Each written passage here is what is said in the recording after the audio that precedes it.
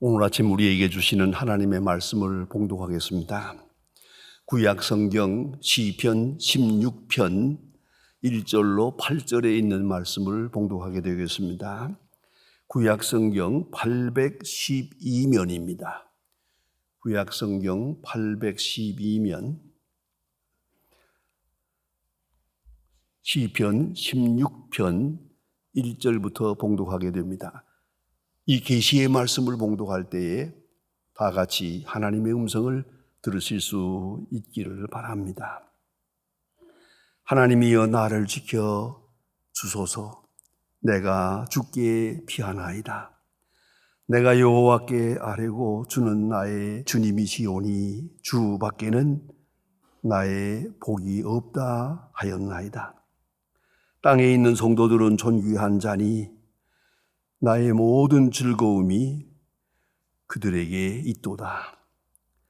다른 신에게 예물을 드리는 자는 괴로움이 더할 것이라.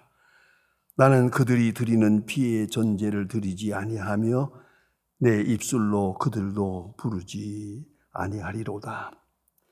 여호와는 나의 산업과 나의 자네의 소득이시니 나의 분깃을 지키나이다.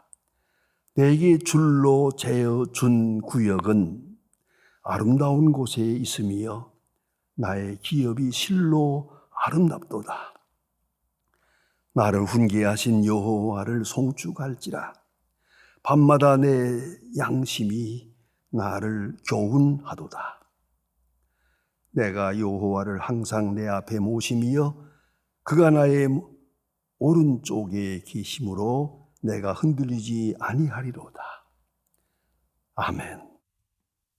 1960년대에 제가 미국에 유학을 하는 중에 한국에서 온 목사라고 해서 노회의 추천을 받아가지고 방문 목사로 그렇게 인준을 받을 때가 있었습니다. 매주일 이 교회 저 교회를 방문하면서 이렇게 설교할 수 있는 그런 기회가 있었는데 짐작컨대 한 40교회를 방문한 것 같습니다. 갈 때마다 언제나 목사님 댁 혹은 장로님 댁에서 하룻밤을 자고 그리고 주일날 설교를 하고 이렇게 했는데 그 가정을 방문해 보니까 아주 뚜렷하게 특징이 하나 있습니다. 그게 뭐냐면 집집마다 그 성경 구절이 있어요. 사방에서 꼭 써붙였어요. 성경을 이렇게 그 아마 히브리 사람들의 그 문설주에 붙여라 하는 거기서 유래되지 않았을까 생각합니다만은 또 하나 공통적인 게 있어요. 라인홀드 니보의 기도문을 써붙였어요. 라인홀드 니보의 기도문을 딱 이렇게 써붙여 놓은 것을 여러 가정에서 보았습니다. 그래서 제가 거기서 처음으로 라인홀드 니보의 기도문을 보고 저도 지금까지 소중하게 여기고 있습니다. God grant me the serenity to accept the things I cannot change and the courage to change the things I can and wisdom to know differences. 아주 중요한 기도문입니다. 하나님이여 나에게 냉정함을 주세요. 냉정함을 주세요. 내가 할 수 없는 것을 받아들일 수 있는, 수용할 수 있는 냉정함을 주세요. 또 하나님 용기를 주세요. 고칠 수 있는 것은 고칠 수 있는, 할 수 있는 것은 할 수 있는 용기를 주세요. 그리고 고칠 수 있는 것과 고칠 수 없는 것 식별하는 지혜를 주십시오. 세 가지를 구합니다. 냉정함, 용기, 지혜. 여러분, 신앙적인 냉정이 필요합니다. 이것은 겸손이기도 합니다. 이건 진실이기도 합니다. 우리는 그쪽에 부족함이 있어요. 냉정하지 못해요. 하나님이여, 고칠 수 없는 것은 받아들일 수 있는 냉정함을 주세요. 용기를 주세요. 고칠 수 있는 것은 과감하게 고칠 수 있는 용기를. 그리고 이 두 가지를 식별할 수 있는 지혜를 주세요. 그런 기도입니다. 여러분, 불행이 뭡니까? 불행은 가지고 싶은 욕망, 못 가졌다는 데 있는 것이 아니고 이미 가지고 있는 것의 소중함을 모른다는 데 있는 겁니다. 못 가져서 불행한 게 아니에요. 가지고 있는 것, 할 수 있는 것, 그것의 의미를 모르고 있다는 거예요. 거기 불행이 있는 것이고요. 아는 것이 없어 불행한 거 아닙니다. 아는 것을 실천하지 아니하기 때문입니다. 아는 것으로 충분합니다. 이제는 실천해야 되는데 실천하는 용기가 없어요. 현실의 뜻을 모르기 때문에 불행하고, 현실을 통해 주시는 하나님의 능력과 지혜를 미처 깨닫지 못하기 때문에 모든 사람은 불행해지는 것입니다. 구약 성경에 보면 참 귀한 말씀이면서도 좀 아쉬운 그런 대목이 있습니다. 전 늘 생각을 합니다. 아브라함이 75세에 하나님의 음성을 듣습니다. 이 죄악의 땅 갈대아 우르를 떠나라. 내 부모와 친척을 떠나라. 내가 내게 지시할 땅으로 가라. 하나님이 말씀하실 때 이 말씀을 듣고 온 집으로 더불어 그는 고향과 친척을 떠납니다. 떠나서 하나님의 약속의 땅을 지시받습니다. 지금 네가 보는 이 땅을, 이 가나안 땅을 너와 내 후손에게 주리라. 하나님이 약속하십니다. 땅에 대한 축복입니다. 약속을 받았습니다. 믿었습니다. 그리고 그 땅에 거처했습니다마는 몇 년 후에 흉년이 들었어요. 비가 오지 않아서 흉년이 듭니다. 아주 어려워집니다. 하나님 앞에 물어보지도 않고 모름지기 기도도 하지 않고 주섬주섬 다 살림을 모아가지고 가족들과 함께 애굽으로 피난을 갑니다. 약속의 땅을 떠납니다. 이건 큰 잘못입니다. 그래서 어떤 보수주의자들은 성경을 이렇게 해석하기도 합니다. 아브라함이 이때 가나안 땅을 버렸기 때문에 그 후손들이 애굽에 가서 노예 생활을 400년 해야 했다. 여러분, 애굽에 가서 그 어려운 고난을 살아야 했다 라고 해석하는 사람도 있습니다. 어쨌든 하나님께서 땅을 주었습니다. 이 땅을 너와 내 후손에게 준다. 그런데 흉년이 들었다고 모름지기 하나님 앞에 물어보지도 않고 기도해보지도 않고 그냥 애굽으로 피난을 갑니다. 그것이 잘못이에요. 그런가 하면 하나님께서 아브라함에게 내가 내게 자손을 주마, 하늘의 별처럼 바다의 모래처럼 자식을 주마, 자식에 대한 축복을 받았습니다. 그리고 조용히 기다립니다. 가정생활을 하면서 기다립니다. 10년을 꼬박꼬박 기다렸습니다. 아브라함의 나이가 80세가 넘어갑니다. 자기 아내가 벌써 70이 넘어갑니다. 단산하게 되는 것을 봅니다. 그때 이건 아무래도 잘못된가 보다. 내가 하나님의 뜻을 잘못 해석한가 보다 하고 슬쩍 몸종 하가를 통해서 이스마엘을 낳습니다. 하나님은 말씀하십니다. 저건 아니라고. 내 아내 사라가 내년 이때에 아들을 낳으리라 말씀하십니다. 이게 하나님의 뜻인데 하나님의 뜻을 받아들이는 데만 지쳐가지고 편법으로 이렇게 이스마엘을 낳아서 오늘까지 그 이스마엘 후손 때문에 역사가 바뀌고 이스라엘이 그 많은 시련을 겪고 있지 않습니까? 여러분 상상해 보세요. 하나님이 주신 땅, 가나안 땅을 지켜야죠. 하나님이 주신 아내 지켜야 했으면 좋았을걸. 너무나도 유감스러운 얘기가 아닐 수 없습니다. 인간의 가장 큰 과제는 한계를 아는 것입니다. 그것이 지혜입니다.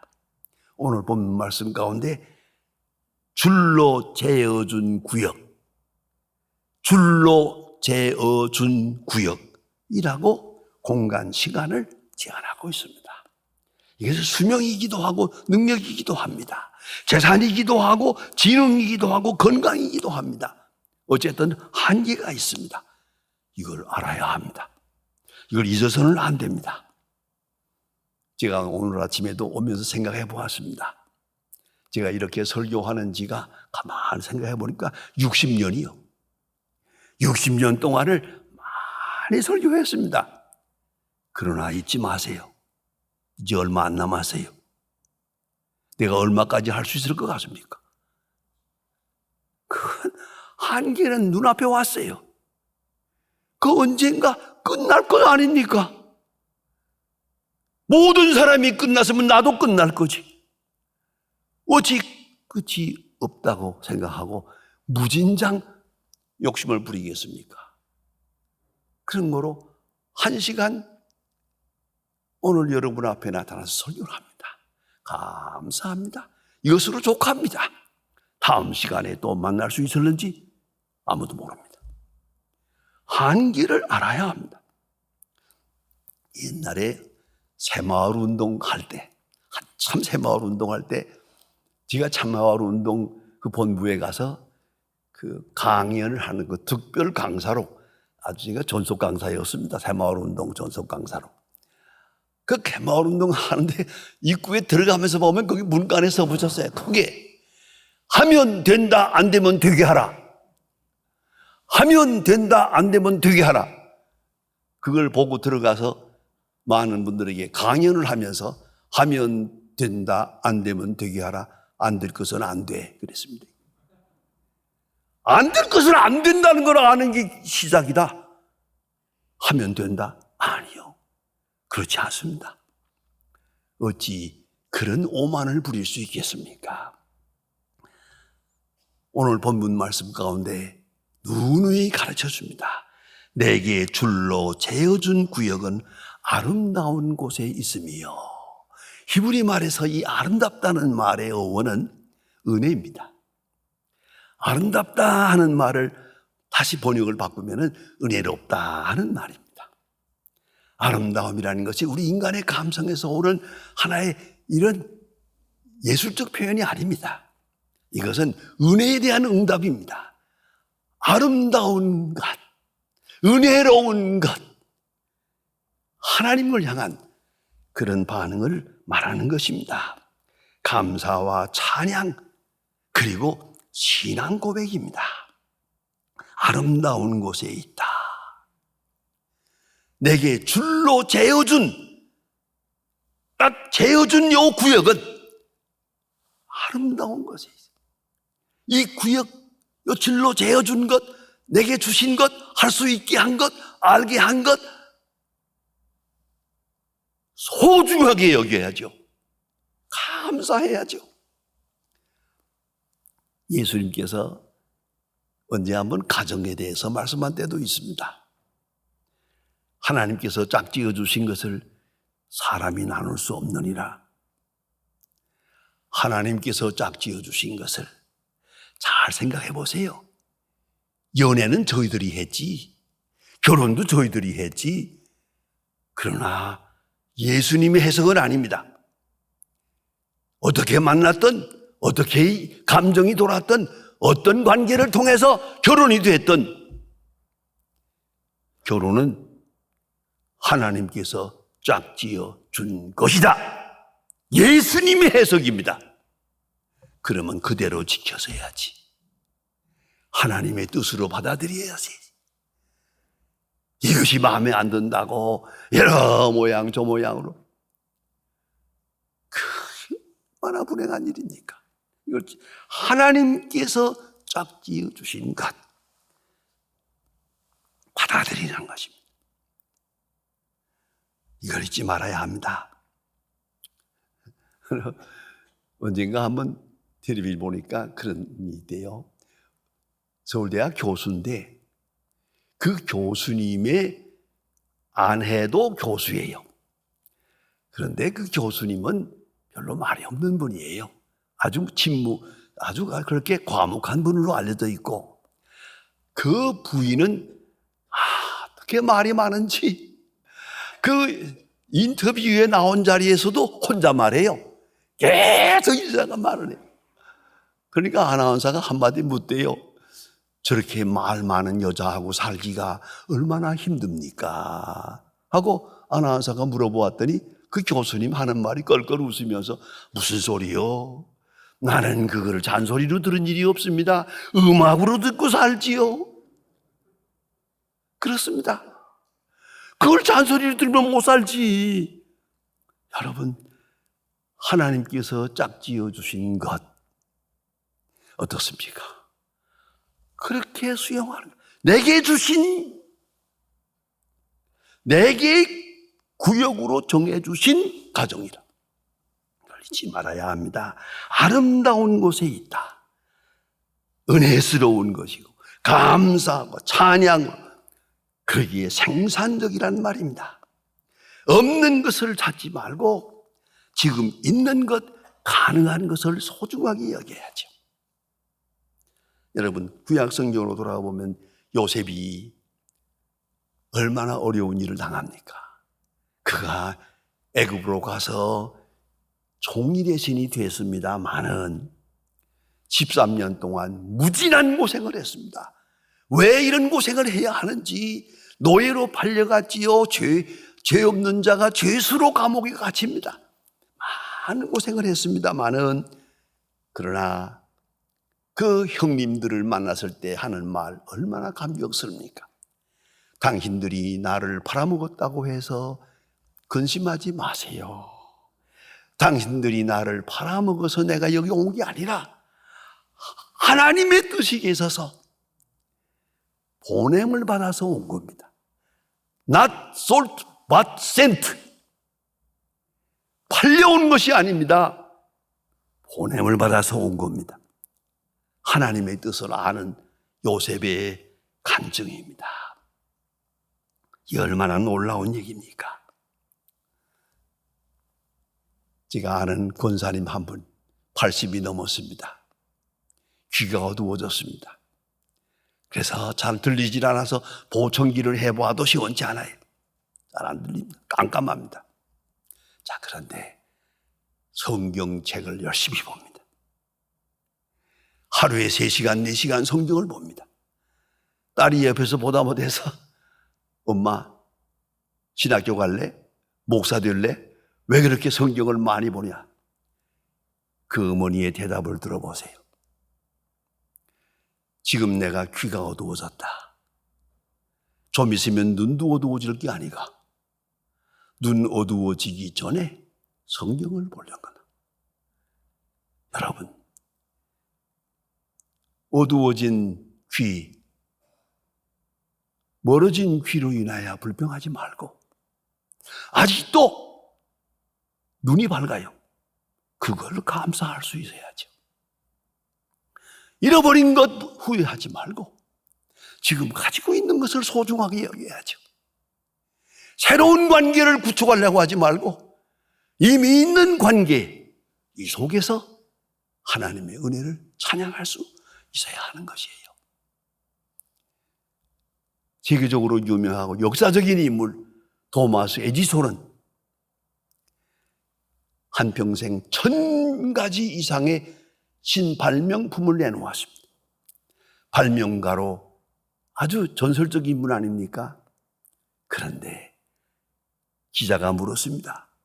어떻게 이렇게 많은 발명품을 만들 수 있는 연구를 할 수 있었습니까? 그는 대답합니다. 나는 귀머거리입니다. 아무것도 들려지질 않습니다. 들려지지 않으니까 내가 연구하는 일에 집중해서 이렇게 할 수 있었습니다. 라고 말합니다. 놀라운 말씀이 아닙니까? 내게 정해준 구역, 아름다운 곳에 있습니다. 가장 드라마틱하고 극적인 장면은 사도 바울입니다. 바울에게는 육체의 가시, 사탄의 사자가 있었습니다. 그것이 무엇인지는 아무도 모릅니다만은 제가 짐작하고 연구한 대로는 간질병이라고 생각합니다. 간질병을 가지고 복음을 전하다 보니까 아주 어려움이 많았습니다. 갈라디아 4장에 보면 아주 그런 드라마틱한 장면이 나옵니다. 내가 너희 가운데 있을 때 너의 믿음을 시험할 만한 것이 내 육체에 있으되 너희가 나를 없이 여기지 아니하고 그리스도와 같이 영접했느니라. 그 무슨 장면입니까? 아마도 갈라디아 교회에 가서 설교하다가 설교하는 도중에 간질병이 발작을 해서 쓰러졌던 것 같습니다. 얼마나 많은 사람이 놀랐겠습니까? 그러나 사도 바울은 걱정하고 있지만은 교인들은 이것을 잘 알고 수용했습니다.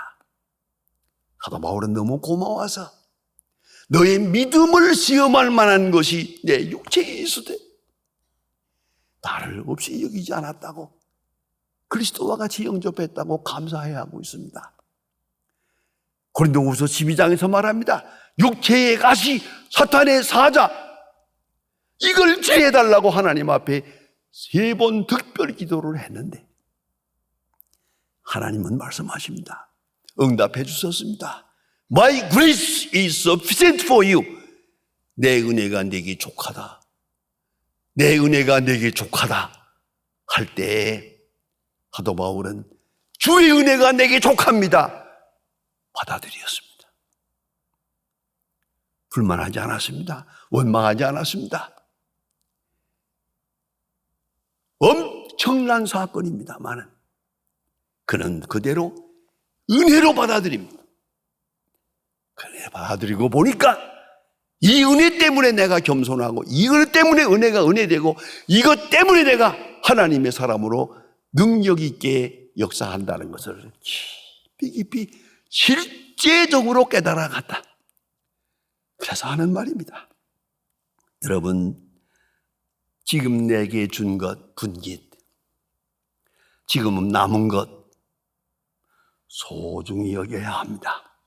그 가치를 알아야 합니다. 그 속에 하나님의 능력이 있고 하나님의 지혜가 있고 하나님의 사랑이 구체적으로 나타나고 있다는 걸 잊지 말아야 합니다. 하나님이 내게 줄로 재어준 한계, 줄로 재어준 땅은 아름다운 곳에 있습니다. 은혜스럽습니다. 감사합니다. 찬양합니다. 그리할 때 하나님의 영광이 나타나는 것입니다. 기도하십시다. 하나님 아버지, 오늘 아침도 주님 앞에 나와 예배드리고 있습니다. 한 시간 한 시간 예배할 수 있는 것이 또 다른 기적이요 축복이요 큰 은사임을 알고 있습니다. 주여, 원컨대 이 소중한 시간에, 이 특별한 시간에 나온 귀한 주님의 자녀들 하나하나 개별적으로 만나주시고 특별한 은혜로 충만하게 채워주시옵소서. 또한 집에서 방송을 통하여 이 하나님의 말씀을 듣고 있는 분들까지도 내게 줄로 재어준 은사가 무엇인 것을 알고 주의 은혜에 감사하며 감격하며 새로운 출발을 다짐할 수 있게 하여 주시옵소서. 새로운 은혜를 주시는 주님, 오늘 우리에게 주신 은혜로 이미 주신 은혜를 통하여 큰 영광을 나타내 주시고 주의 창조적 능력을 나타내 주시옵소서. 주 예수 그리스도의 이름으로 감사기도 드립니다. 아멘.